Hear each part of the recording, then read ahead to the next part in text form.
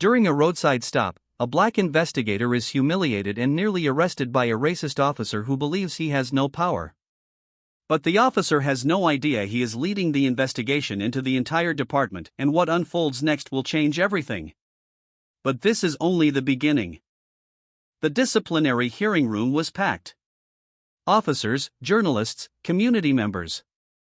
The same officer who stopped Marcus stood at the center, confident at first, until Marcus walked in. A murmur spread through the room. The officer froze. "You?" Marcus placed a thick file on the table.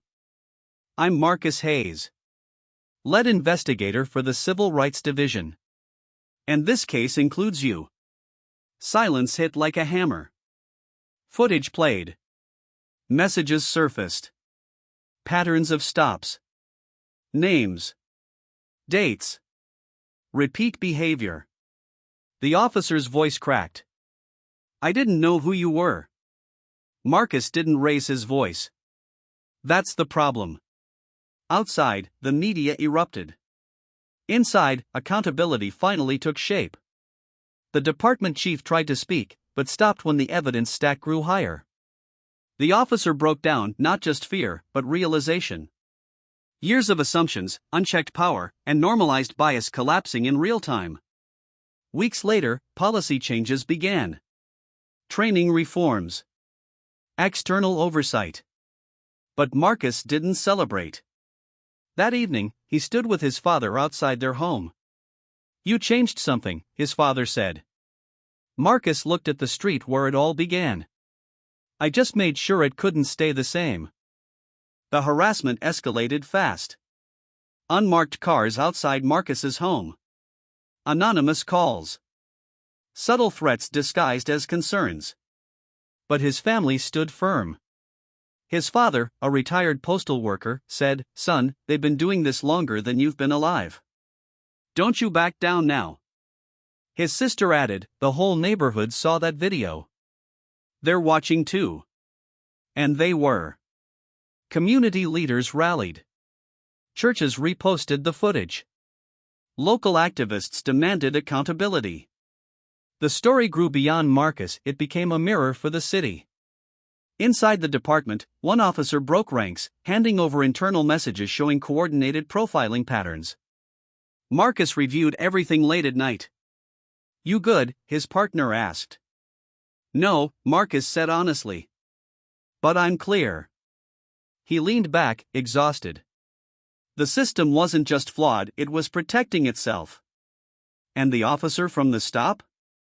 He was now trying to erase his own tracks. But it was too late. Marcus had the proof.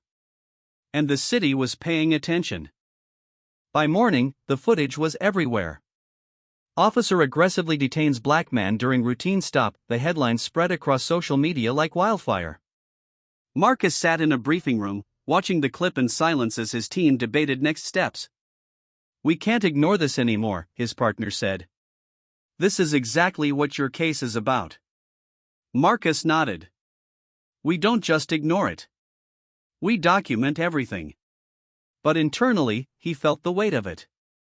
Not fear, anger controlled too long. His phone rang. His mother's voice was steady but worried. "They're showing you on the news, baby. Are you safe?" "I'm fine, Ma." This just got bigger. Meanwhile, inside the police department, panic spread.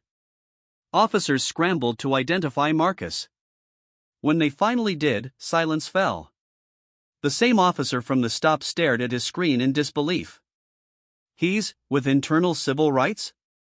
A superior replied coldly, "No. Worse. He's leading the investigation into us." That night, Marcus noticed something new: his files had been accessed. Not a warning. A message. "Stop digging." He closed the laptop slowly. "They just made it personal," he said. The night rain blurred the streets of Chicago as Marcus Hayes drove home after a long day at the Department of Civil Rights Investigations. He was tired, but focused. His team was closing in on a corruption case involving multiple complaints against local officers. Red and blue lights suddenly flashed behind him. License and registration. Now, the officer barked, not even greeting him.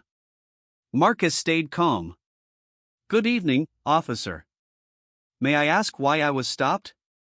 The officer leaned closer, eyes scanning him with obvious suspicion. You fit a description. Marcus quietly handed over his documents. He had heard that line before too many times in his life. A small crowd formed. Someone started recording. The officer muttered, "People like you always think you got somewhere important to be." Marcus's jaw tightened, but he didn't react. He knew escalation was exactly what they wanted. One bystander whispered, "That man didn't do anything." The officer suddenly grabbed Marcus's arm, forcing him against the car. Don't resist. Marcus's voice stayed steady. I'm not resisting. But something in the officer's tone changed, uncertainty, like he realized the situation was being recorded. What the officer didn't know was that Marcus wasn't just another driver. He was the lead investigator assigned to this very department. And this stop just became part of the case.